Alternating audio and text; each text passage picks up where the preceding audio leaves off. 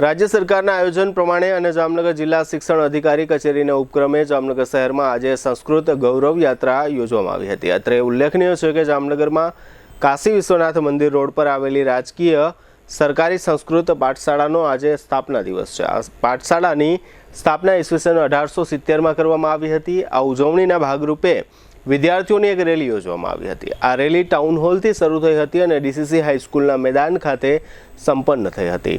આ ઉજવણીના કાર્યક્રમનો પ્રારંભ સંસ્કૃતના શ્લોકોના પઠન સાથે કરવામાં આવ્યો હતો। આ ઉપરાંત વિદ્યાર્થીઓએ સંસ્કૃતના શ્લોકોના આધારે રાસ ગરબા પણ રજૂ કર્યા હતા।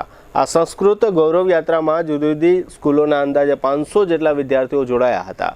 અત્રે ઉલ્લેખનીય છે કે રાજ્ય સરકારના આયોજન અનુસાર આ પ્રકારના કાર્યક્રમો જામનગર જિલ્લામાં આજે 6 ઓગસ્ટથી આગામી 8મી ઓગસ્ટ સુધી જુદા જુદા સ્તર પર યોજાશે। આ સમગ્ર ઉજવણી અંગે જિલ્લા શિક્ષણ અધિકારી વિપુલ મહેતાએ આપેલી ટૂંકી વિગતો પ્રસ્તુત છે।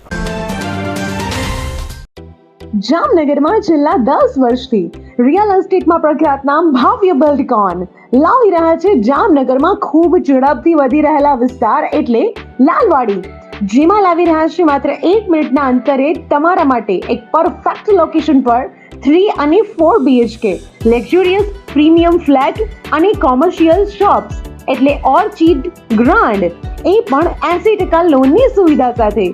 તો ચાલો વાત કરીએ ઓર્ચિડ ગ્રાન્ડના વિશેષતાઓ અને સુવિધાઓની।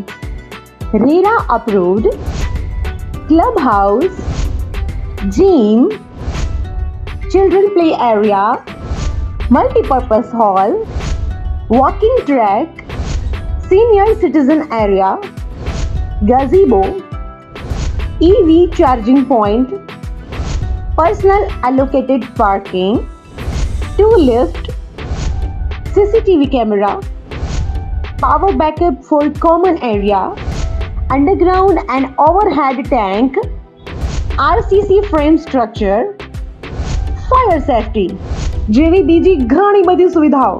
તો આપ રહસ્યની જોઈ રહ્યા છો। અત્યારે જ સ્ક્રીન પર આપેલા નંબર પર કોલ કરો કે પછી સાઇટ મુલાકાત લો। અમારું એડ્રેસ છે orchid grand near income tax office beside Trimandir, Lalwadi main road, Jamnagar.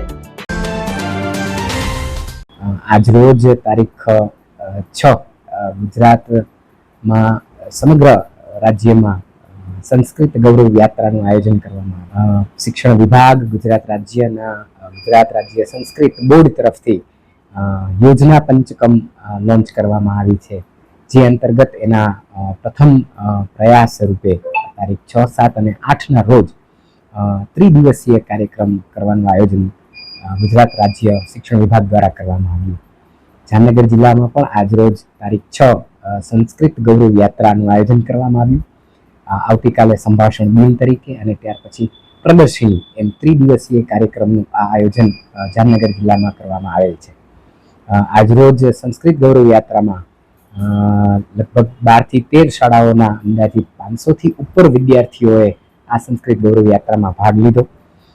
શરૂઆતથી જ સંસ્કૃત ભાષાની ગૌરવ અને એનું સંવર્ધન થાય તે હેતુસર રાજકીય પાઠશાળા, આપણી જે સરકારી પાઠશાળા છે એના વિદ્યાર્થીઓ દ્વારા શ્લોક સંસ્કૃતમાં જ સમગ્ર કાર્યક્રમનું સંચાલન કરી અને મંત્રો સાથે આ ગૌરવ યાત્રા છે એનો પ્રારંભ કરવામાં આવ્યો। આ ગૌરવ યાત્રા જે છે એમાં જુદી જુદી શાળાઓના લગભગ 30 જેટલા શિક્ષકોએ ભાગ લીધો। સમગ્ર જિલ્લા શિક્ષણાધિકારીનો નિરીક્ષકોનો જે સ્ટાફ હતો 7 થી 8 જેટલા નિરીક્ષકોએ પણ એમાં ભાગ લીધેલો છે। યાત્રા છે એની શરૂઆત આપણે ટાઉન હોલથી કરવામાં આવી અને એની પૂર્ણાહુતિ જે છે એ ડીસીસી હાઈસ્કૂલ ખાતે કરવામાં આવી। સમગ્ર વહીવટી તંત્ર તરફથી, પોલીસ સ્ટાફ તરફથી, પોલીસ ડિપાર્ટમેન્ટ તરફથી પણ આ કાર્યક્રમ છે એનું સુચારું આયોજન અને અમલીકરણ થઈ શકે તે હેતુસર ખૂબ જ સહકાર પ્રાપ્ત થયો છે। માનનીય કલેક્ટર સાહેબના વડપણ હેઠળ આ સમગ્ર કાર્યક્રમનું આયોજન કરવામાં આવેલ છે।